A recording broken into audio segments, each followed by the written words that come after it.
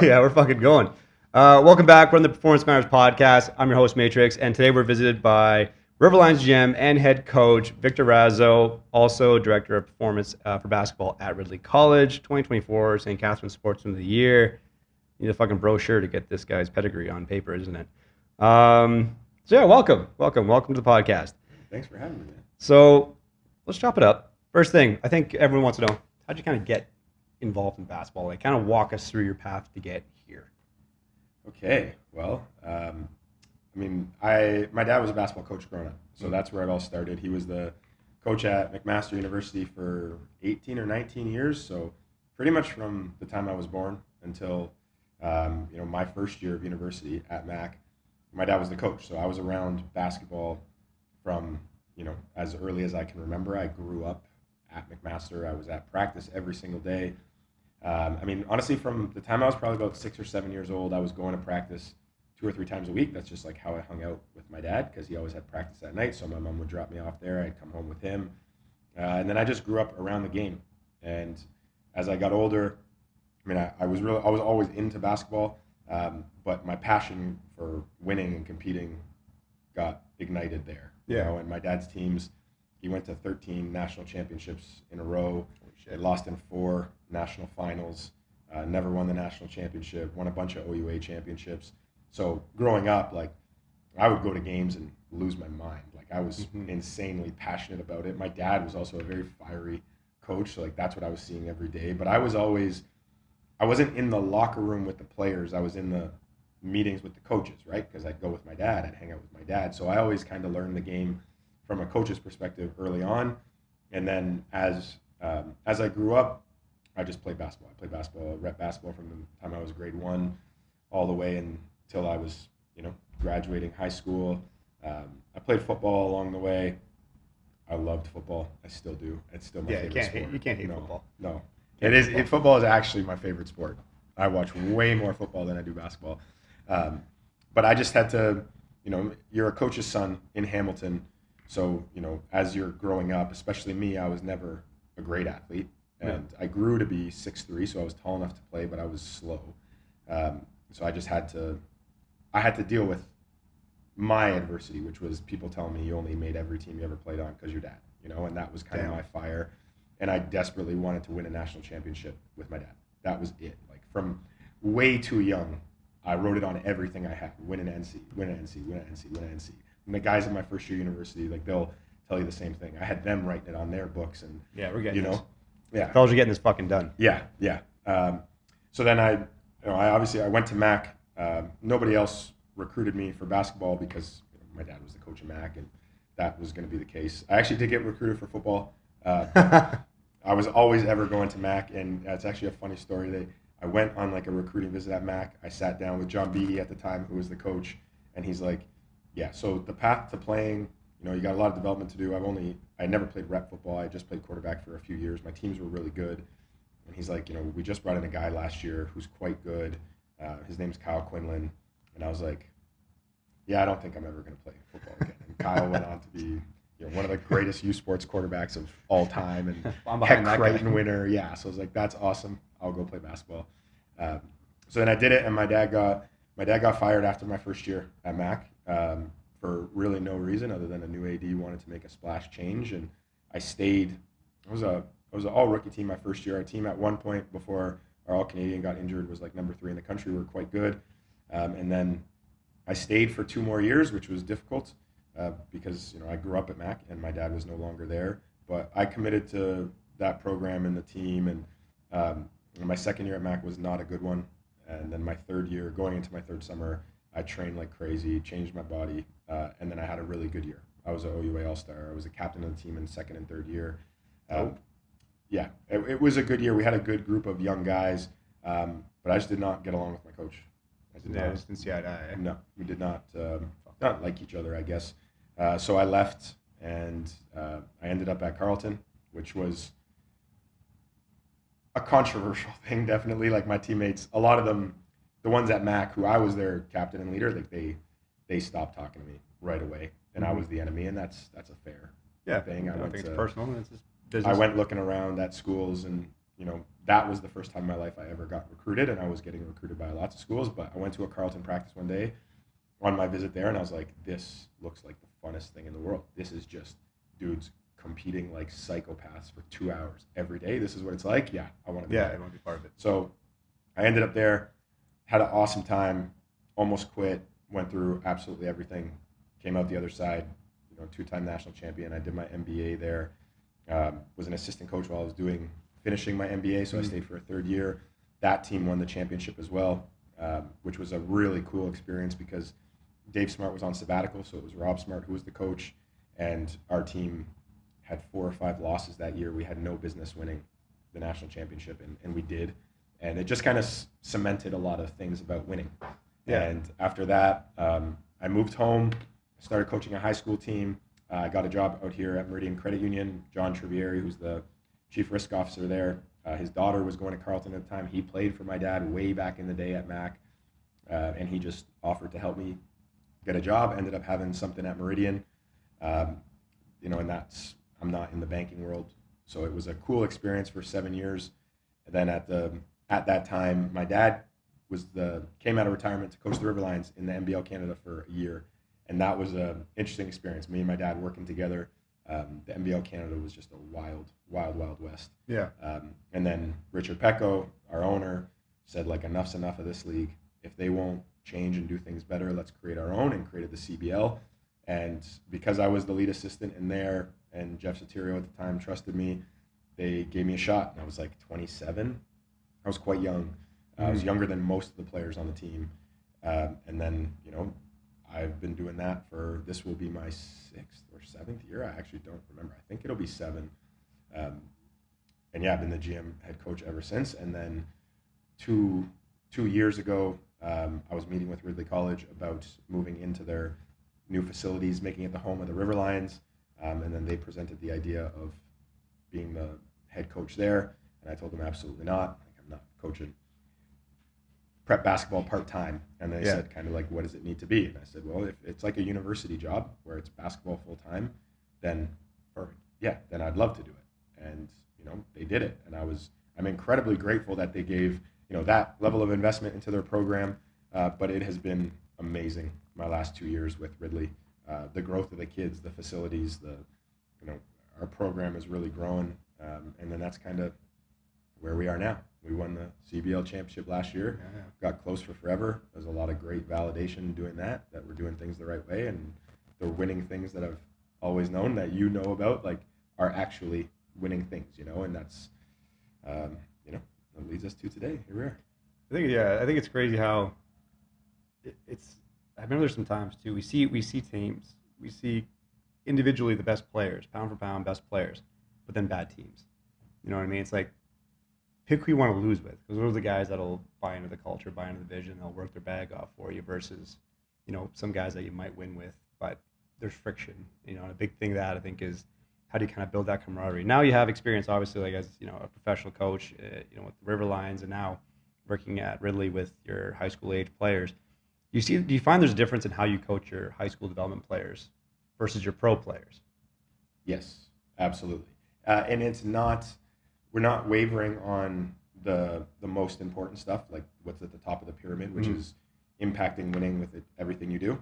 So we know that doesn't change. The same values, the same fundamentals exist at both levels, but how you communicate with them, how you coach them, how you teach them is very, very different. Like the River Lions players are professional players who have been molded, and if you recruit the right ones, the ones who want to be part of winning, then the coaching is very much individualized. It's meeting them at their level, giving them direct, honest feedback, and then making sure that you are respectful and within your personality at all times. If you do that with those guys and you recruit the right ones, you can coach them. And when you build those relationships, you can coach them quite hard. We've got guys on the River Lions for a few years now. Khalil Ahmad is a perfect example. Khalil is an unbelievable basketball player. He is going to make a ton of money in his career overseas. He's the CBL MVP, Clutch Player of the Year, Defensive Player of the Year, Finals MVP, and he has, from an outsider's perspective looking in, That guy has every reason to tell me to shut up all the time. Like, I know better than you. But Khalil lets me coach him incredibly hard. You know, we developed a relationship.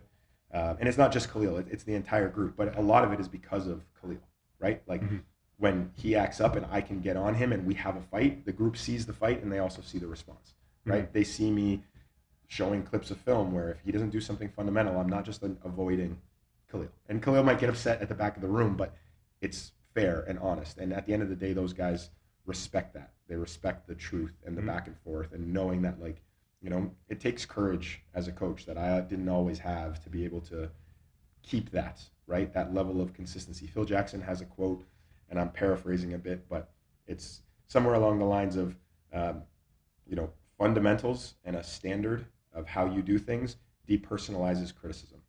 And that's what I've, you know, as I've grown up as a coach and made a million mistakes, is figured out what exactly it is that I want, and then make sure that I can coach everybody to those standards in their own way. And that if all of them can see it, you know, if all of them can see that, you know, this is how we do something. If you don't do it, Vic is going to correct you regardless of who you are, how good you are, how bad you are, whatever it is, then you earn their respect.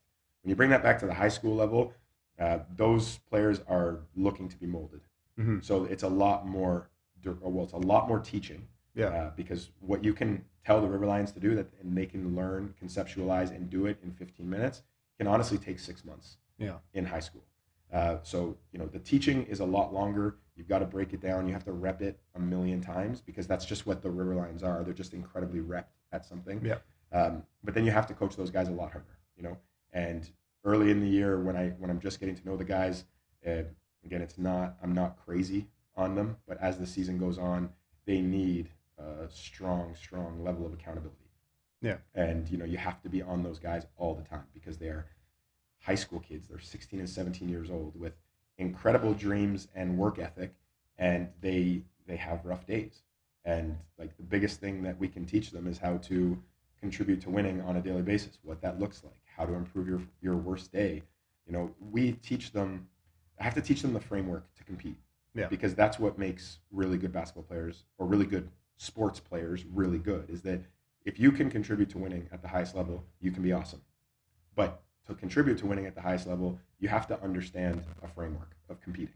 And to understand a framework of competing, you have to learn the framework and be taught it. And then you have to go through times of, you know, your game is going away, your mind is slowing down, and therefore it's like you're learning and you can't even compete because you're trying to figure out how to play. And then eventually you can compete within a framework. You understand 1 of 5, like where you are at all times, your responsibilities, your roles, situations you learn. And then if we can do that at the high school level, which is hard to do, it takes a lot of accountability, a lot of reps, conversations, then those guys now have a framework for competing in their mind. And when they go to university, they're just entering a new framework. And they don't have to, they can just tweak how to compete with what they're being taught. As opposed to the big problem that happens in universities now is that these guys are showing up at university where there's high-level coaches and they don't have a framework. And now they're learning how to compete right off the bat. You know, and that's a big problem, because my job at Ridley College is not based on winning and losing. Like, I'm not getting fired if we have a bad season.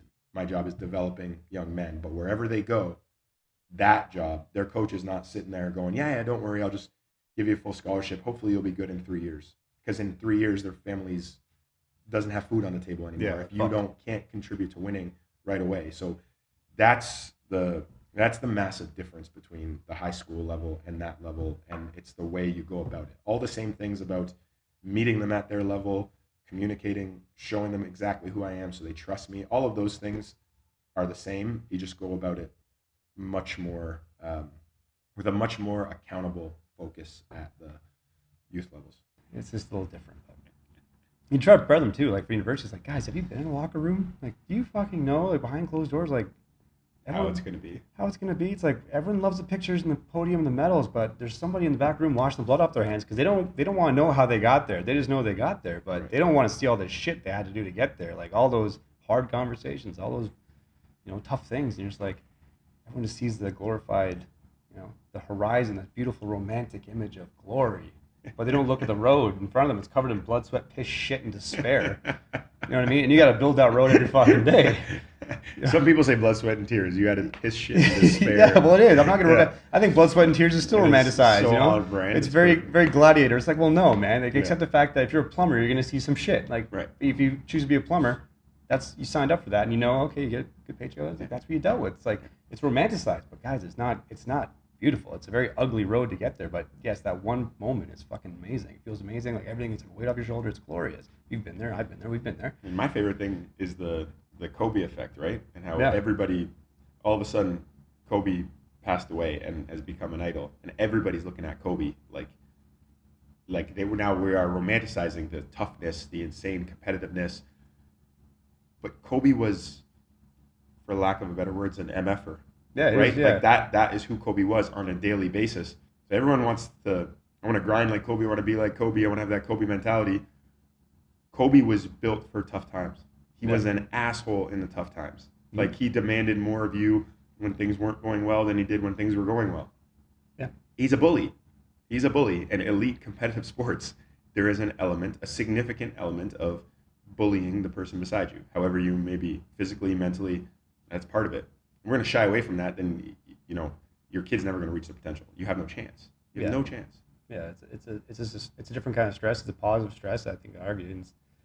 I think those words have just become so romanticized, and then it's just a buzzword. They've almost lost meaning. I think is what it is. Like everyone talks about like work ethic. Like I said, they talk about those things. They say the words, but what do you mean by that? Like, what do you think that means? And when push comes to shove, like, are you doing that? If not, then it's just another word that has no substance to it. Like you see those, like I said, Kobe was a great example. It's like, yeah, you see the glory and like all the cool clips, like, yeah, he's doing it. It's like, but you're not him. And then are you like, you don't see all the other dark shit. Like there's a lot of dark shit to get to that point. Like that's the ugly road that you have to go and just stack a brick. Like you're building a shitty road to get to that road. Not even get to it, like just the chance of getting it. Like you're not guaranteed. It's just like, it's a very romantic picture over there, but you don't even know if you're gonna get there, but you're still gonna come in and you gotta build a shitty road. You gotta fucking hate the fucking thing for a long time, but then when you get there, it's fucking worth it. But I think it's just become so romanticized, and I think it's just because that's what loving the sport and actually chasing greatness is, right? It's not loving it when it's all good. It's loving it when it's hard as all hell. Can you do it repetitively without seeing daily instant gratification over and over and over? Can you play hurt? Yeah. Can you play when your girlfriend broke up with you? Can you play if you're having a bad day? Can you still be accountable to your teammates? Like that is what loving it actually is. That's what makes great players great players. I had a situation this week with the leader of my team rolled his ankle on Thursday. We played last night, which is Tuesday. So a significant ankle sprain. It hurt badly. He couldn't walk for a day. But then after 24 hours, the swelling wasn't bad, and they're like, hey, it's a mild ankle sprain. And he's going to be he's been heavily recruited. He's committed to a university in Canada. He's going to be a very good basketball player. And this was like a huge part of it. You need to rehab like crazy, but you have 4 days. You don't get 4 days. You need to learn how to rehab. You need to learn how to deal with pain. You need to learn how to play hurt. Like that is part of it. And that from an outsider's perspective, they might be like, well, no. This is a mild ankle sprain. It's 1 to 2 weeks. Here's the return to play. That's all fine and well, and I don't disagree with it. Yeah. But the constraints of our sport are not like that. And part of being good at your sport is being able to play when you're not 100% and still having the mental toughness to do your responsibility and be great while you're not 100%, and that's part of it. If it was something more significant, well, I'm not letting you come back from a 3rd-degree ankle tear or an MCL sprain in 4 days. No. But when you jammed your thumb or you rolled your ankle mildly, like that is a skill. That is a skill that combined. That's just mental toughness, mental and physical toughness. How can you be great if you don't? How can you love this if you're not going to even present the opportunity of going through that struggle and being accountable to your teammates? Like, it's balancing that. In theory, like, yes, I see what the AT is saying. Absolutely, I'm not disregarding that. But you also have a choice to make. Right? And the thing we try to preach to some of the kids too is like, right now there's someone working harder with it. Someone's doing more with less than you, and they hope you feel like fucking shit. They hope your dog died. They fucking hope you broke up with your girlfriend, boyfriend. Right. They hope all that things. The best athletes are going to perform regardless of how they feel. They don't give a fuck about you. And this is why athletic therapists and strength conditioning coaches, hence why we have a good relationship, are so important to winning. Like, so important to winning, because it's not necessarily what you're doing on the floor down there. It's what your mentality and approach is every day. It's not necessarily what the athletic therapist is doing for rehab or suggesting. Do they understand team sports? Do they understand the individual, where we are in the year? Do they understand competitiveness? Like, it can ruin a team, right? If the message is toughness, accountability, fighting through everything on the floor, and then they come in the weight room and it's completely different messages are being sent. If the message is one way on the floor, and then every time a guy knows that he gets a bruise or a bang, he's getting coddled in the athletic therapy room, and he knows that that's his way of getting out of practice for a few days because he's tired and it's an easy out, then that's going to happen too. And I've been in environments like that where, it has ruined teams, and teams don't reach their potential because the support staff, who is a massive part of the team, don't always understand winning. Like, Diana Molden was the best I'd ever seen at that. She was fantastic. From an athletic therapy perspective, yeah. I've never been around somebody. The guy at Carleton was phenomenal. Bruce Marshall, he's won a million championships. So, and people just seemingly never got hurt. Yeah. But like, Diana had that same ability to understand winning and understand people, right? She was a good athletic therapist, and it wasn't like she was doing groundbreaking stuff. She was providing the treatment needed and coming up with plans, but she could understand, when someone needed to push and when you don't need to push, and not babying somebody. And as soon as anyone is given that little out, the opportunity to take it will take over. The lower guys on the whatever totem pole are going to find the opportunities. The guys who are looking for opportunities will take them, and then culture is crushed. Yeah. Right? There has to be a very strict, like, sports staff is just that we support your vision, we support what your demands are. And honestly, our job, and even AT, is like, keep them on the court. Try to see them less ideally. It's like, you want them just there for what they need, but don't inhibit their ability to get back on the court. Mm-hmm. Don't be like, well, if they have this, no, they can't play. It's like, well, hold on, like, let's work with this here. It's like, yes, I understand what you're saying. And in an ideal situation, fantasy world, ideal situation, yes, they'd have 6 weeks off. We don't have 6 weeks. So now we have a decision to make. Right. Can we fucking piss with the dick we got? Can we fucking make something happen here where it's like, what's good enough for getting the job done? Like, what is the risk-reward factor and all these things? And work with the staff to be like, hey, guys, hey, coach, sprained his ankle. Ideally like 4 weeks, but I think we tape it up. He might last 20 minutes. Let's see how he does. Go from there and get some feedback from him. If you notice he's not putting up shots, he's limping, pull him up. Cool, no problem. Now you have the information. You can make a decision, and then we just roll with it. You know what I mean? It's like wartime problems, wartime solutions. You just fucking.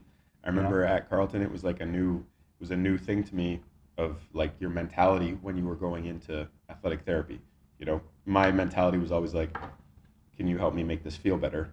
And I learned pretty quickly, like, the culture there was, this is what's hurting me. How can you help me get on the court as soon as possible? And when you know that is the approach that you must have going in there, and they're treating you with that approach, then the culture is just so much better. Yeah. And you learn physical toughness, you learn mental toughness, and these people are excellent. Like, they will pull you out or stop you from playing when they know that it is actually harmful to be doing what you're doing, right? And that is the key, is knowing where that line is, and then making sure that you're doing everything you possibly can to get that person back on the floor, and that they know that they're not coming to you for a nice leg massage to feel better. Yeah, you know what I mean? And to be coddled where they can hang out in a soft environment for 2 or 3 days. It's got to be about, this is elite sports. This is not physiotherapy that you're going to because, you had a life injury or you cranked your neck or something like this. Is not the same. This is a skill that needs to be learned. And I don't know how the teaching goes in that world, although I've had more good athletic therapists than I have bad ones, but it's been 50-50 on the strength coach side in terms of like understanding winning. Like, have you ever been part of team sports? When an athletic therapist becomes an athletic therapist, is it part of their curriculum like what elite competitive sports looks like and the mentality that's needed to get there? And do you also mimic the coach's mentality? Like, where are you? I mean, it's individualized just like everything else is. It's why some people are excellent and some people are not excellent, Yeah, this is different styles, different personalities, but at the end of the day, it's like, do you have experience fucking in the trenches doing the thing? Like, can you relate? Yeah. Can you like relate a little bit to not only what the players are probably feeling right now, but what's the coach's vision? What's, again, at the end of the day, they have an objective just like that, and you're supporting them. So you might not see eye to eye on everything, but like help them uphold what they brought you on to do. Like, get them back on the court as quick as you can, save as many as possible. Just think you got, like, figure out an optimal solution for the current situation, and then adapt as you need to. But it shouldn't be an out where now you have to say and be like, oh no, they can't do this, can't do that. It's like, it's not really your decision to make. You can be, very transparent, and say your piece behind closed doors and say, hey, listen, like, I really think we should consider this. And then, but that's the coach's decision. But this all goes back to the first thing you were talking about, right? Like, you need to be courageous here because this is part of being a very good athlete. This is part of it, right? So if a kid or a player comes in and, their mindset is not proper and they are looking for time off, or they just want to be coddled, or they, whatever it is, like, you need to teach that, and you need to do it in a way that is, direct and objective, and apply it to what you're actually trying to achieve. If a player is talking to me every day about being a Division I athlete and they're in the gym, they're working hard, but then their response to injury is not up to par, are we supposed to have kid gloves and be like, it's okay, you rolled your ankle? Same thing with, like, shooting. Are you supposed to be like, no, it's okay, you're just in a slump, like, keep shooting, keep shooting? No, that's not how the world works. Yeah. You want me to help you completely as a whole person get to that point where you can contribute to winning at a Division I program on a daily level, or not? Because if you do, then you need to know a mild ankle sprain it might be 4 days in high school. Yeah. It's not 4 days in university. It's just not, right? Yeah, you jammed your thumb. Like, that's too bad. I had a kidney infection at Carleton. I had a kidney infection, and I missed the day, and I didn't know what was wrong with me. And then at the end of the day, so 24 hours since I started to get sick, I had already missed the practice, and I was like, holy shit, like, I'm starting to get a fever, and my back is really hurting me, and it kind of hurts to go to the bathroom. So I was like, shit, I need to see the doctor. So then 36 hours later, I'm seeing the doctor. And the doctor, okay, you got a kidney infection, here's the medication. 48 hours later, I'm back. I missed 2 days. The way it was for me when I got back after missing 2 days of practice, because I should have only missed one, because I should have gone to the doctor the first day, it was hell. It was chaos. I was like, what the hell's going on here? Like, I had a kidney infection. I was fucking dying. It's like, well, yeah, you did, but why didn't you say you needed to see a doctor? I guess I thought I would get over it. Well, that's not the way this works. Like, you have issues, you need to address them right away. You don't get to lie in bed for a day. And I was like, guys, I was sick. It's like, yeah, well, this is competitive sports. Yeah. Like, this is life. That's your decision. Yeah. And I was like, holy smokes. Like, did they hold it against me? Like, you never get to play here again? No, but I definitely, the next time something happened, I was right in that athletic therapy room being like, I don't want that ever to happen again. I don't want you guys to think I'm that person either. Yeah. So I learned how to address it. I took my verbal abuse, and I was like, shit, all right, yeah, you're right. I shouldn't have missed 2 days of practice. I was sick. I wasn't faking it at home, but all right, I will never miss a moment to get better again. Yeah. No, that's what we need more of that shit. I remember, like, I think it was my second year, I separated my shoulder after fucking practice. Shoulder's fucking, like, out here. I'm like, oh shit. And we're like, fuck, I go to Arizona State. So, like, next we fly out, I have, like, fucking arm like this. I'm like fucking trying to compete. My arm's like fucking out of its goddamn shit. I'm fucking doing things, trying to sprint, and I'm just like, well, you're gonna miss the camp. You can't do it. I'm like, no, I'm fucking, like, taping my arm like this, trying to fucking fight guys with one fucking arm. And we got back. We had, like, a bigger championship. So I go to the doctor, and I'm like, all right, doc, what's up? He's like, looks at me, and I love his response. He looks at me, he's like, yeah, it's separated. I'm like, yeah, I know it's fucking separated. My fucking collarbone's over here. He's like, I'm like, can I compete? I have to fucking compete this weekend, like 2 days away. He's just like, leans back, he's like, well, it can't get any worse. I'm just like, that's all I needed to hear, man. So you're not getting any worse? Perfect. So I'm going back in anyway. He's like, yeah. He's like, it's already gone. It's not being reattached. So he's like, it's not gonna can't get any more on, It's like, so you have a decision to make. You are also psycho. Yeah, I'm a little fucked. I'll say that into the. Yeah, I'm a little fucked. You it's are okay, psycho. but we need more fucked up people. We need more fucked up people. It's okay. Like, I'm not saying that's the right way. I'm just saying that was the way, and I wasn't the only one. There was guys with way worse shit. You know what I mean? It was just. But this is, when you say things like everyone romanticizes and doesn't see the glory and the pain and the, the suffering, the despair and the piss and the shit, as you said. Yeah. When I came into the probably 2/3 of the way into the Carleton dynasty and was not like them. I had qualities like them, but I had to learn like what this culture is about. And then by the time I left, I was one of them, and I realized like that shit is insane over there. It is insane. That culture was, I mean, I imagine your wrestling career at Brock was very similar to that, right? Like people just seemed, when I said like seemed to never get hurt, they got hurt. But we've produced more pros from that program than anyone. And it's not 1 year pros. It's like guys who have 10 years of longevity, and they dealt with all the same little injuries that everybody else did. And everyone was like, oh, the guys at Carleton, they go too hard. It's against all sports science stuff. It's like, oh, but hold on a second. You look at the way we did strength and conditioning, and the toughness and the physical and mental toughness that was developed there has translated into more professionals doing it for a longer time than anyone else. But those were the guys who were wrong.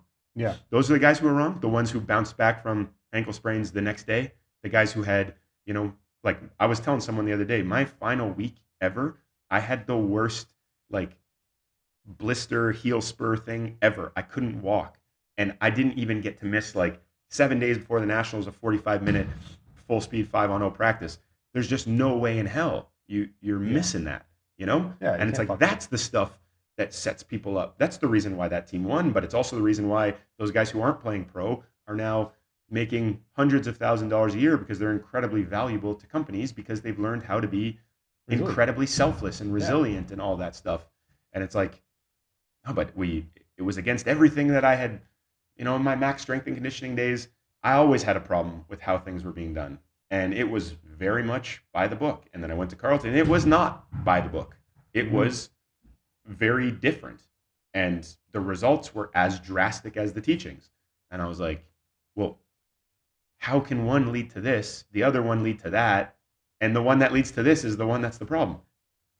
I just won't. You can argue it. You can throw every textbook you want at me. Yeah. Where in that textbook is talk about mental toughness?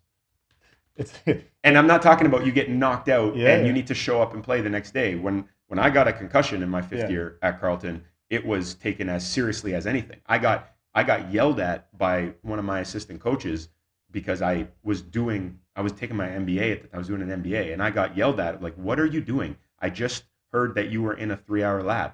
And I was like, well, if I don't do that, I'm not going to do this. It's like, you have a concussion. You need to be in a dark room. Do you have symptoms when you do that? Yes. Well, then what are you doing? Get the fuck in the dark room. You know what I mean? And everyone will look at it as like, not everybody. There will be people who will try and poke holes with it and be like, oh, you're not recovering. You're not letting athletes do what they need to do. And I was like, well, no. When I needed to do something, it like rehab-wise, it must be done. And would they let me play with concussion? Absolutely not, until I cleared every single protocol. Would they let the guy who got a punctured lung at practice, who then went 3 trips up and down the floor, would they let him step back on the floor? Absolutely not. But when you jam your finger or you get a Charlie horse, I'm doing you a disservice if I am pulling you out and letting you fully recover, because that's not what great athletes are made of. That's not what guys who reach their potential are made of. It's just understanding fucking truth. Just because, again, you go back to the things people are saying, like, well, the textbooks say it's like, dude, by physics standards, B shouldn't be able to fly. B doesn't give a fuck about what fucking physics says. It just fucking flies, man. So it's like, you could say all that shit and be like, well, by this, it's like, what do you have to prove it up? You know what I mean? It's like guys say, well, I have a master's, I have a PhD. It's like, yeah, but that guy has like 10 Olympic gold medals behind him. He's probably doing something right. I'm going to go listen to him. You know what I mean? Like, not out against that, but I'm just, you know what I mean? There has to be like rubber meets the road. Like, I'm a big theory guy. I'm like, well, I want to see the guy in the trenches, man. Like, let me see the guy that went from private to a fucking general and see what his pathway was like. And like, if he was successful, I'm like, I'm fucking more inclined to listen to him than some guy that read it in a fucking book, man. Like, you have to live that. If you don't have experience, that's a hard thing. People don't know what they don't know. So if you never experienced something of that caliber, and you don't even have to be like a fucking pro or whatever the fuck you want to call it. It's just more like the hardest thing you've ever done. Like the hardest thing you have to be, and be around those people. It's like, you haven't done that. How can you even have a conversation in any profession? Really, it's like I don't have to. We train some of the best rowers in the region. I've never been in a fucking boat, but at least I go watch them coach. I can hear their stories and I can relate to some of the things they're talking about, because it's, in their own regard, it's demanding. So it's like you can better empathize, you can better relate to them, and you can better plan and help them get to where because you've lived a little bit. You know what I mean? You can kind of piece that stuff together. So it's crazy when you have this quote unquote coddle type thing. It's like, I think we just have to go back to fucking just being some dog. Like, define what being a dog is to you and just fucking do it, man. Like, I'm getting to hear. We had guys like, he was a fucking Olympian at 22. He had neck surgery. He had fucking neck surgery. He wasn't supposed to pick up anything for a year. 3 months. 3 months after having his fucking vertebrae fused together, he's in a bed like this. 3 months later, he wins the national champions and goes to the world team. 3 months after having his spine fused together. I'm like, you can't tell me that was textbook shit. I'm just like, you look at him, you're just like, but he's always been that way. He had his wisdom teeth taken out, and that same night he's in the gym with fucking gauze, like fucking doped up doing shit. I'm not saying that was right either, but I'm like, fuck, he's also winning. Right. You know, he's the guy to beat. I'm like, and you know what, like, that kind of, you just look at that, it's scary. I'm like, fuck, how do you beat a guy like that? How do you beat a guy that knows he's not going to lose? Wrestlers are nuts. That's what I'm learning. You know, this is but anybody, how do you beat a guy who knows he's going to win? Like, seriously, how do you beat a guy? Like, you look across from a man, he's convinced I'm not losing. I'm going to beat you. How do you beat him? You know what I mean? Like, but he's been so tried and tested. He's been through so much blood, sweat, and shit. And he doesn't give a fuck because he knows at the end of the day, you haven't been through what he's been through. Yeah. You know what I mean? Like, in our own regard, we went to a training camp in Cuba, in the shithole of Cuba. You know, like, we're there doing our thing, and then we were on Team Canada, and we go there. This place in Cuba, I think we went, and we were helping with a high school club there, like 17, 18-year-old guys. And I was like 19 or 20 at the time. We had a bunch of freshmen. This place didn't have a mat. It was dirt with a tarp and a hole in the roof. These kids didn't have shoes. And these fucking 18-year-olds are fucking doing backflips. They're in a good mood, happy. They were kicking the shit out of some of our freshmen. Team Canada guys, kicking the shit out of them. With no shoes, no mat, dirt. How? You're like, we have more resources. And I'd even argue, like, Brock wasn't the best resources at the time. But I'm like, we have, by their comparison, we have more resources. Athletic therapy, everything. We have everything we could ask for. We always ask for more. Like, oh, we need more of this. But I'm like, these fuckers don't even have shoes. Yeah. And they're kicking the shit out of you, man to man. What the fuck are we doing? It raises the question of, like, what actually makes people good in right. sports. What actually makes you good? It's at the crux of how I coach in basketball, but it's also at, like, the crux of the biggest issue in basketball, right? Is, like, everyone, especially at the high school level, everyone talks about development, and the most obvious form of development is, like, skill development, right? And kids see it on Instagram all the time. Skills trainers, 1-on-0 stuff. And there's definitely, you need to be skilled to be good at basketball. But that's not actually what makes you good. It's not. It's being in a million different competitive situations every single day, learning fundamentals because you're losing every single day, developing insane toughness and an insane ability to win the game to infinity, right? Like, I'm not going to play, I'm going to look you in the eye knowing that, you know, you may beat me here and there, but I'm going to win the war every day. That game to infinity is, like, that's it. That is the most important skill in sports, right?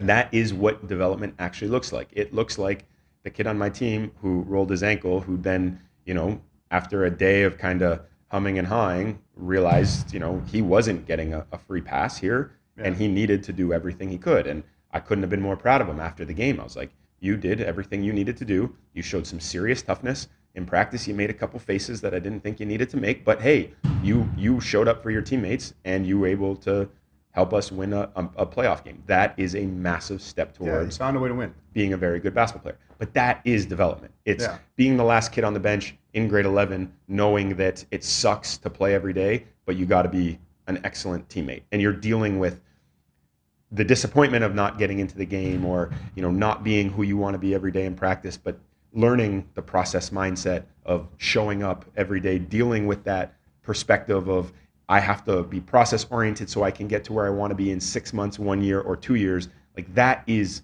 the real development, right? Yeah. That is actually it. But, you know, that's not always at the forefront of what people think make players good, right?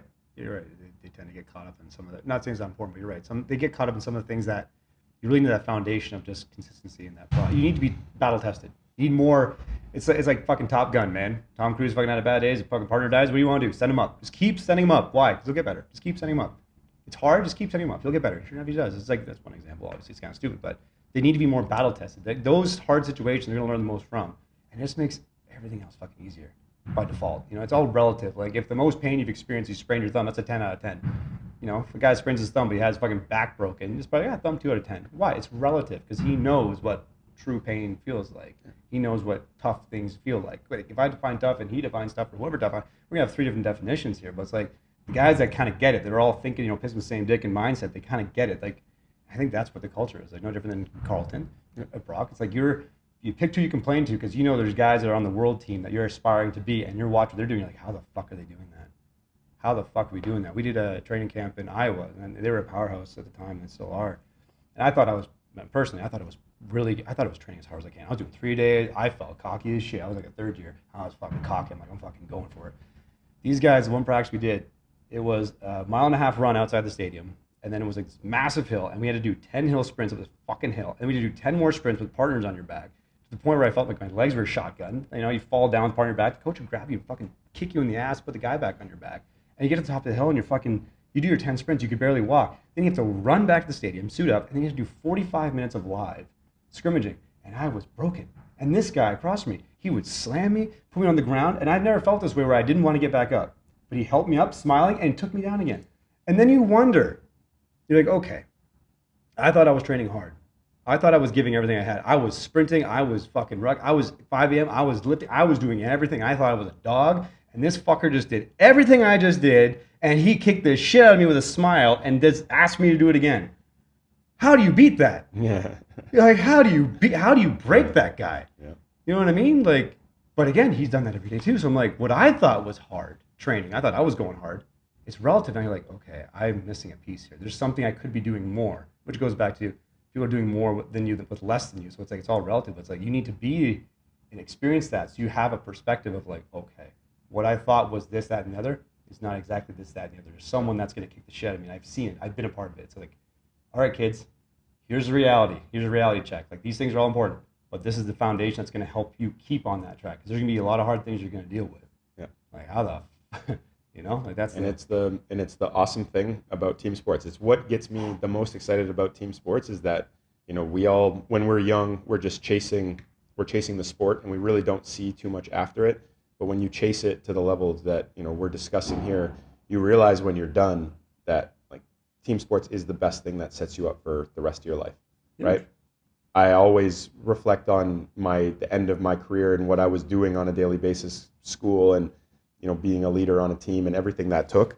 And then now when it's like when your child is sick and you sleep for 2 hours and then you've got to go to work the next day, like you've done harder things. Yeah. Yeah, and like you're just a more resilient. You're a more shoot, it's gonna fall right off. You're a more resilient person, and that's what sports can ultimately teach us. That's what the chase can teach us. Oh, that's all good. Came right off. Resilience. This is resilience. This is called wartime problems, wartime solutions. This is what figuring it out really is in the long run. But no, you mentioned it right. It was, I think. The quote was, I heard a quote, it was like, once you've done, competitive sports, everything else is fucking easy in life. I would even argue everything else in life is more possible just because you've had that resiliency. You've worked with different people. It's not any easier or tougher. It's just you've got more tools in the tool shed, right? You're battle tested. Yeah. You've been in those tougher situations, and I think that's extremely important. I think that's something we're constantly trying to evolve and instill. And I think I guess I'm going to shift the conversation. So how do you kind of enforce that now, that same mentality, create that culture for the pro guys, for the River Lions, for example? With the pro guys, it's we have a shorter season, so it's a little bit different. Especially because the pro guys are molded, right? Like, and in many situations, you've got to do how much you're actually going to change them over 3 months. As much as your ego may say you want to, chances are you're not really going to. Right? So recruiting players who impact winning in many ways usually are guys who have been battle tested throughout the course of their life, right? And recruiting them, and when you're having those conversations, kind of figuring out the guys who have had a lot of struggles, the guys who've been well coached, part of good programs, that stuff is incredibly important. And then, it's on a season basis, it's a lot about like what your message is and who the leaders on the teams are and what what the standards are every single day, and then being courageous enough to enforce them every single day. We're not talking about necessarily like the game to infinity or, the toughness, teaching them the toughness that you're teaching young kids. Yeah. It's more about, getting them to apply it, right? Yeah. And getting them to apply it to our standards and holding everybody accountable to those standards, which is quite difficult at the professional level. It's easier when you've got really good leaders, and it's easier when you communicate and you are courageous enough to hold everybody to those standards. And I mean, you and I have talked about it before, the Phil Jackson quote of depersonalizing criticism by making it across the board the standard. That's not word for word what the quote is, but being able to coach your best player on the non-negotiables in front of the entire team, the same way you coach the last guy on your team. Those are the kind of things that allow you to have culture at that level. But I'm not going to sit here and tell you we have a college dynasty level culture there. You don't. You just have to kind of reach your potential as a group in a short period of time. Yeah, very condensed. Very condensed. So then what, if you're recruiting, let's say you're recruiting guys, or you're looking, essentially trying to build your roster for Riverland, say it's draft time, all that kind of stuff. What are a couple things that you look for in a player when you're considering, making them an offer for the team? Well, firstly, I'm looking at the team from a structural perspective, like, how I like it, how many 5 men, 4 men, the types of players you're looking for. And then obviously, I definitely am looking for athletes who are capable of covering their position, or, hopefully multiple positions, and then guys who have specific skill sets. But when it gets down to like the type of people that I want, or when I'm watching guys who fit physically, then you're starting to see like, okay, well, what is it that makes them them, right? They are a shooter, they are a post player, whatever it is. Great, I can see that. Do I like the way that is? Fine. Now, where's the rest of the iceberg? Yeah. Do they rebound? Do they impact winning? How good are they off the ball on defense? Are they always in stance?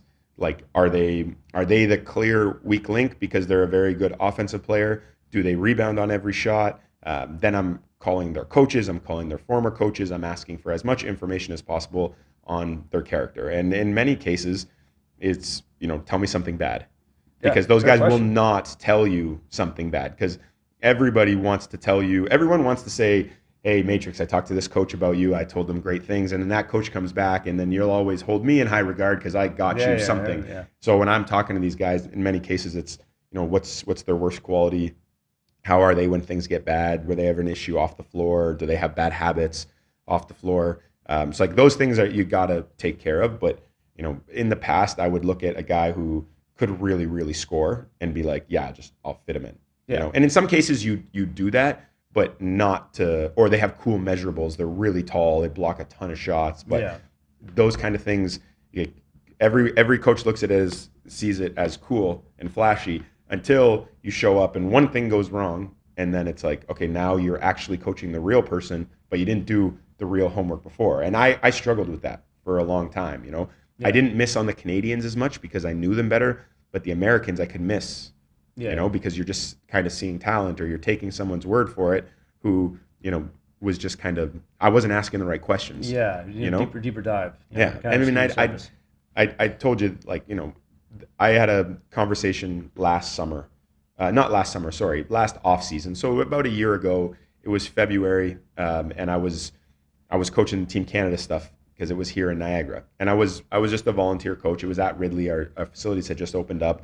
And Keza Kajami-Keen, who played at Carleton when I was coaching for 1 year, who I've got to know really well, afterwards in a group chat was like, Vic, I think you've lost your way. Like, I just don't, the stuff that you're talking about in practice, or the stuff that you're clapping for, emphasizing, he's like, you're just kind of being like one of them. Like, you know what winning is. You, like, why are the bright lights and the flashy things catching your eye more than the winning things? And I was like, damn, you're right. And they used to call me August Vic because we would make it to August every year in the CBL and lose. And like, these are the closest people in the world to me. And they are like going at me to a certain extent. And I had to just like eat it and be like, yeah, you know what? You guys are right. You guys are absolutely right. I know what winning is. I have my whole life. But now that I'm here and I have these menu of all these cool players, I lost sight of that. And, did we create a good enough culture to be good every single year? Yeah, we did. And if the ball bounced, we could have got lucky and won a championship one of those years. But, it just made me, trust myself, be courageous enough to go, yeah, I know what makes good players good, and I'm going to try to recruit players who I think impact winning in a whole bunch of different ways. And if they don't pass the eye test to somebody else, but I've done enough research to know that I think they impact winning and they can be very good teammates and our team can reach their potential because they're one of them, then yeah, I'm gonna go for it. And last year's team was just a pleasure to coach. It really was, because we just had guys all over the place who impacted winning. Yeah. And we had some very skilled players. We had Amari Moore, Khalil Ahmad, and Javon Blair. Like, those guys have high level talent and skill, and Nathan Kao. But the rest of that group was just guys who were selfless, impacted winning in a professional world, right? Guys who, I was quite clear about what I expected of them. They were excellent in doing it, but there was just every single guy could impact winning in more ways than one. And every single guy bought into the leadership of Kimball McKenzie and AJ Davis. And you found lightning in a bottle in a professional setting. And a lot of it was because I was looking around, Aaron Ray was a perfect example. Aaron Ray is a 6'5", very wide-bodied, guy who, if you look at him quickly, you think maybe he's a rugby player. You don't necessarily think Aaron's a basketball player. He's got these long limbs. He's not the most fluid runner when he's going half speed. And he just fails the eye test on many different accounts, right? And he had a stint in the CBL with another team, and they didn't even let him get out of training camp. Yeah. And then, I'm watching him more overseas, and I'm watching him more, and I'm like, holy shit, this guy's good at basketball. But even me, I'm questioning what I'm seeing over and over. Yeah. And I'm going to other people, and I'm like, can you do me a favor and watch this guy? Do me a favor, watch this guy. And I have a friend who coaches in the G League, and I was like, can you do me a favor, watch this guy? And the varying responses were insane. The person in the G League was like, no, this guy can't play. He can't cover at the CBL level. This is, I see what you see to a certain extent, but no, they can't do it. And I was like, I watched enough to be like, no, in the past, maybe I would have moved on, but I was like, nope, that's a good basketball player. You can see it. He rebounds like a crazy person. When the ball's in his hands, he looks very different physically than he does when it's not in his hands. Yeah. He, went to a great program at Dartmouth for 4 years. He's playing in low-level leagues in England and was working his way up. This has got all the makings of someone who understands how to be one of five and can physically do it, just not in your traditional high-flying, deep mold. Shooting ways, right? And then Aaron came last summer, and not one person on our team or in our league will tell you that he's not a phenomenal basketball player. Yeah. And he then went on to sign a 3-year contract, and not before long, he's going to be playing in the top leagues in the world. You know what I mean? But 2 years ago, I probably wouldn't have taken him. Yeah. Right? Trust your gut. And if it wasn't for Keza, calling me out like that, then, maybe I wouldn't have taken him last year, Yeah. And it's, when you talk about team building and stuff like that, you got to keep people around you who are going to tell you the truth.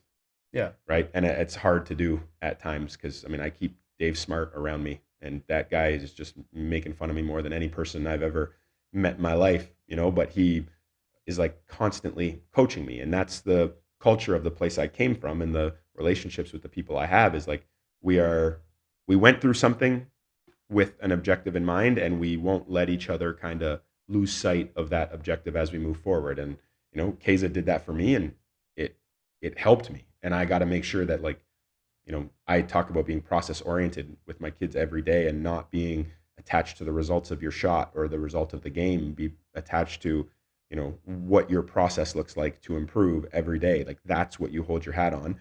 And now is that's the same for me. I lost sight of that. It was all about we lost or we won or, very external. Yeah. Very external things. We've had years in the CBL where, 2 years ago, I thought we did a lot of things really, really well, and we lost. Yeah. Right. And we easily could have won, but is it all smoke and mirrors?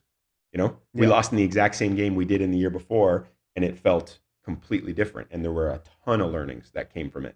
So last year was or 2 years ago, okay, do the same evaluation process. Are you, just because you lost the same game, was it all bad? This past year we won the championship. Does it mean we're the best coaches in the world? Does it mean you're the best strength and conditioning coach in the world? Not at all. No, but it can easily get there, right? Yeah. And that's why I take some of my own medicine. I'm telling these guys process oriented every day. I need to be process oriented. I need to make sure that yes, there were some things that really went our way last year, roster wise, the ball bouncing wise, and at the end you win and you go, yeah, no, it's because we did it proper, right? Like we did it the best, blah, blah, blah. No, you did a lot of things correct. You made some mistakes, learn from the mistakes, don't over adjust, and also don't let your head get in front of, like, don't get your ego in front of what you have to do on a daily basis. Yeah. Right. And I wouldn't have had that unless someone checked me. Yeah. Right. Yeah. It's not out of animosity. It's because they love. It's out of a place of love, all that accountability. It's never out of, that bullshit. It's like you surround yourself with people that they all have their own aspirations. They know what that looks like. And if they're going to hold true, like if that's what you want, I got you. But you're not going to like what I have to say all the time. Just because you hate the truth doesn't mean the truth is hateful. It's like, this is just the reality that we're trying to keep you where you want to get to. You might fight a little bit, but here's a reality check. Yeah. But that came from being in an incredible culture, right? Yeah. So I know that was because of how I coached Keza, because I was led by that by my teammates who were led by the ones before who were coached like that. And, that is incredibly important, right? And that's why I want to make the culture a high school Victor version of that at Ridley College. It's true to my personality, but those guys are able to have those same types of relationships because I don't get that feedback from someone who I haven't been through that with. Of course. Right? Because they're not going to be comfortable saying that to my face because they're going to be worried about how I'm going to take it or if they even can say that or you know what I mean? It's just like we don't have a relationship like that, but that came because of a culture that previously existed, right? A culture where, the textbooks and all the people looking in would have said, well, that's bullying, that's this, that's that. And it's like, well, that also allowed two human beings to be completely, have an honest conversation that led to success in a different field. Yeah, different realm. Different realm, right? He's sitting in Serbia having that conversation with me sitting in Hamilton that impacts a team that neither one of us play for in Niagara, right? Yeah. And like those kind of cultures are the reason that people get into sports. It's the reason I coach in sports. It's like, that's it. That is it. And I got to try to recreate that. I can't really recreate that in the summer. We can have great times and develop really good relationships, but those deep ones, those forming relationships, like, that's why I coach at Ridley. That's why I try to have that, just take that there. That's why people who have done Brock wrestling or Carleton basketball or, all of these awesome, like these dynasty type athletic teams, it's why they talk about it all the time. But then before we get there, we fight it. Like, oh no, you can't act like that. Oh, you can't do that. No, it's not the way the world works. But then we also want the results of people who are in those programs. Mm-hmm. Yeah, you can't be the man in the ring and make spectator decisions, man. Right? And then like on a relationship level, you want a partner who is honest and hardworking and, career driven and brings home money, but also respectful to your family. And it's like, well, you can't be begging those people to constantly be at home or by your side, but also want the results of someone who, the what comes with people who are incredibly successful and driven are the qualities that you love. So you can't have it without one or the other. You know what I mean? And it's just it's like a cake and eat it too shit. Yeah. It's trust me. It circles back to our conversation beginning. You should be able to have the tough conversations. You should be able to hold them accountable. And again, people that write the book on this shit, I'll be like, who the fuck are you? Like, what are you basing this on? I'm like, you did a study on 10 people that whatever. Like, that's what you're basing this on. Now you wrote the rule book. Who the fuck are you? You know what I mean? Like, do you know what winning looks like? Have you ever won something? Have you ever fucking done something? What's the hardest fucking thing you've ever done? What's the hardest fucking thing you've ever done? Well, it's like, shut the fuck up, man. Like, you know what I mean? Like I said, I'm trusting the guy with 10 gold medals. You know what I mean? I'm going to listen to what he has to say. Why? Because he obviously has been through some shit and he's learned a thing or two. I'm like, I want to hear his perspective on things. Maybe I can relate to that versus like this whole dancing around the issue. I find we just tend to dance around those hard conversations because we're afraid or someone's afraid, whether it be an athlete to coach or coach to administrator or whomever. Just in your personal life, it's like, why can't we just have an honest conversation that's frank and not be afraid of the repercussions? Like, it's okay, you're going to have some hurt feelings. It's okay, you're going to probably take your licks and you might not like what they have to say, but you can respect the fact that at least they're honest with you. You know what I mean? It doesn't mean them right. It just means that from their from their perception, this is what they see, this is how they feel, and they're courageous enough, like you said, to just have the conversation and be upfront with you. And it's never out of a place of animosity. It's actually love. I would argue it's love. Because they didn't give a fuck about you. If a coach didn't give a fuck about you, probably the same thing in your own experience. It's like, I'd rather have coach yelling at me than not talking to me at all. Because that was a fucking thing. It's like if he's yelling at you, he's investing his energy to actually give you the feedback. Maybe you don't like the tone, but the message is clear. There's a guy across the room that's not getting any feedback because he probably knows he's not going to get the time to start.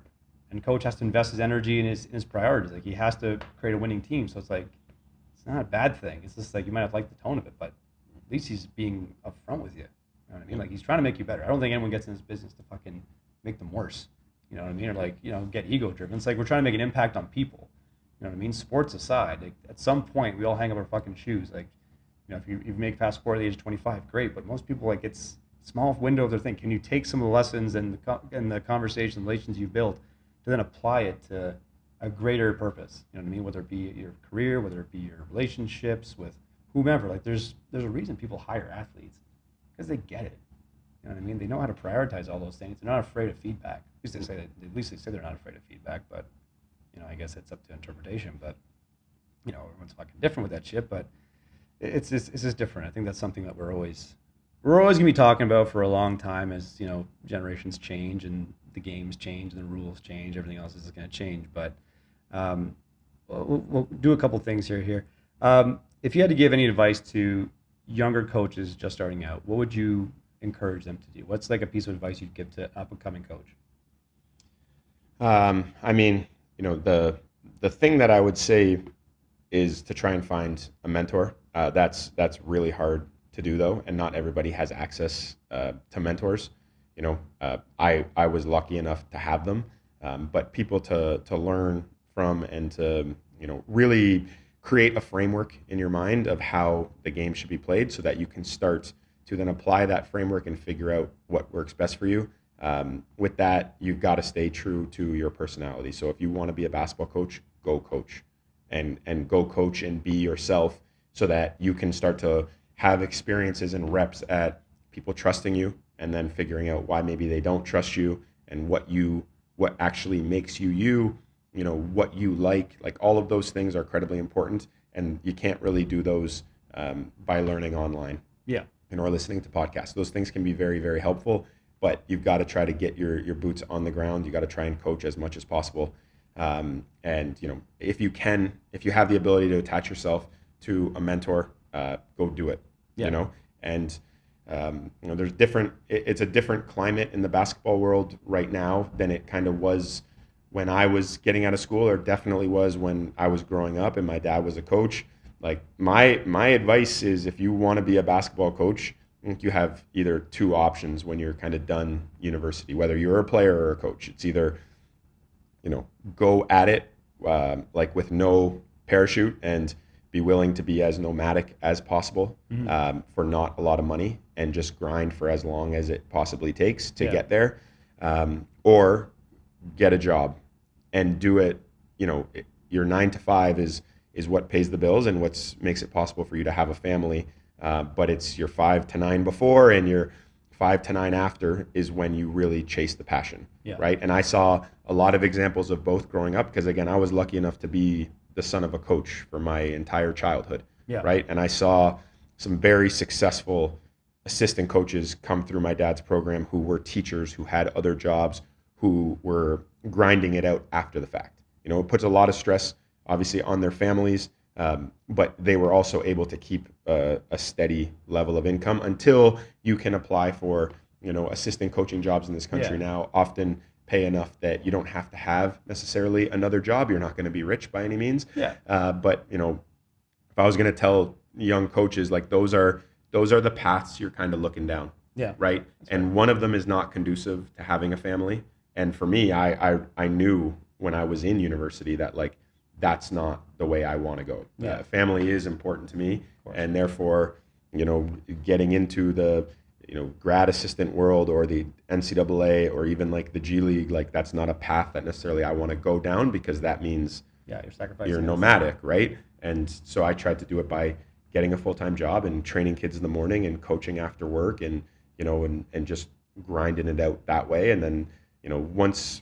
The other thing I'll say is that once you are in a position where you are a coach, and whether you're doing it, part-time after work or it's your full-time job, just because we are in front of the, like the results of our work are in the newspaper or online somewhere, doesn't make you your job any more important than your partner's. Of course. And that is something that I know it takes a while to wrap your head around, because everyone thinks their work is the most important, but then when you have a little bit of validation, like newspapers or people asking you questions about how you did at work today, like you start to think that that's more important, but it's absolutely not. And when it comes to having a family and coaching, like, you've got to be incredibly disciplined with your time. There is, my work, which is coaching, and then there is my family, and there's no other time. Occasionally, when your kids are asleep or something, or, then you can hang out with a friend or do something that's not work or family related, but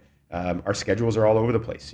Sometimes we're there in the mornings. Sometimes we can be the one to watch our kids who are not feeling well, can't go to school that day. But then at the same time, like when I have to work and I have games at night, that puts a massive responsibility on my wife.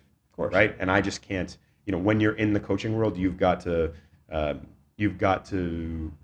conceptualize it and like put your ego aside that, this is, if you want to have both, then you've got to be willing to give up the third thing all the time. It was a hard thing for me to wrap my head around when I got a kid, but now it's just like, that's the advice I would give. Here are the two pathways. If you choose the one that's got a family, you got to give up the third thing. You're not having beers with your coaches after practice all the time, just not doing it. Right? You're not going to scout meaningless games and spending time away from your family. You're not getting to sleep in because you got back from a road trip at 3:00 at night. Like, no, you've got responsibilities. Your wife's job is just as important as yours. Absolutely. And there's no difference, Yeah, absolutely. I'll finish this question because I know we're fucking chopping it pretty good. If you could change one thing about basketball, if you could change one thing about how, let's say this, if you could change one thing about how basketball is coached today, what would it be?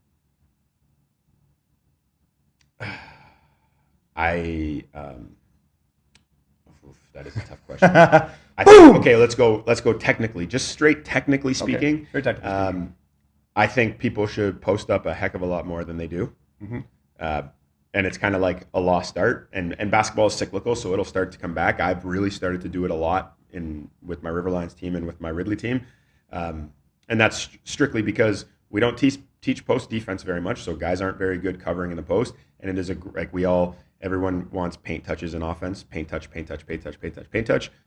Getting the ball in the post, developing skills down there where a guy can, you're 3 feet away from the paint on a catch, where if you can get there, make decisions, and take advantage of matchups, it makes teams very more efficient on offense. So that's my technical thing. It's not how people should coach. It's just kind of the way I see that as an incredibly valuable part of the game that I think the world went away from a lot because of the NBA, but it'll probably come back. And overseas, it definitely still kind of is that.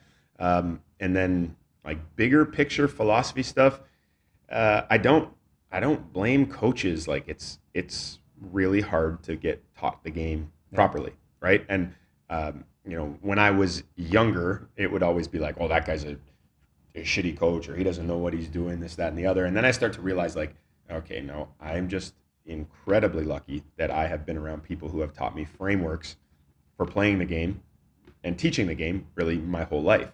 So now I'm just able to figure out the framework that works for me, make sure it all makes sense, and then make sure I know how to communicate it.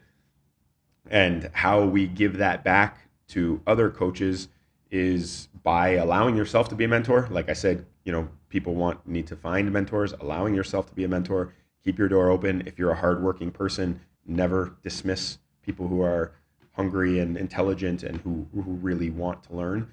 I lost my train of thought a little bit there, but like that is really it, right? Just never dismiss a coach because maybe that coach is just searching for it. Like there is a coach who coached with my dad, who then coached at the University of Windsor, who then gave up coaching to create Basketball Immersion. His name is Chris Oliver. Basketball Immersion is like podcasts and resources nonstop where you can like learn to be a basketball coach and learn the X's and O's and all of that kind of stuff and strategies and listen to podcasts and all these great coaches. And it's like that kind of stuff is amazing. But we need more people to understand frameworks. We need more people to have learned from coaches so that they can now coach kids, so that kids aren't getting recruited to university based off of strictly talent and never being taught a framework before, because that's the trend is guys get to university and they've never been taught a framework. So yeah, I guess if there's anything I'd like to change is that more people had better access to being around really good coaching all the time. That is a very wishful thing because it's probably not going to happen. We'll take it day by day. We'll take it day by day. All right, we'll wrap things up there. Coach Vic, thanks for coming on. Guys, don't forget to like and subscribe. We're on Spotify, Apple Podcasts now, and YouTube. If you guys want to learn more about Coach Vic, I think he's on Instagram, Coach Vic_Niagara. Yep. I got to write this fucking time. All right, perfect. All right. Thanks for coming on the show, Coach Vic. Guys, we'll see you all next time.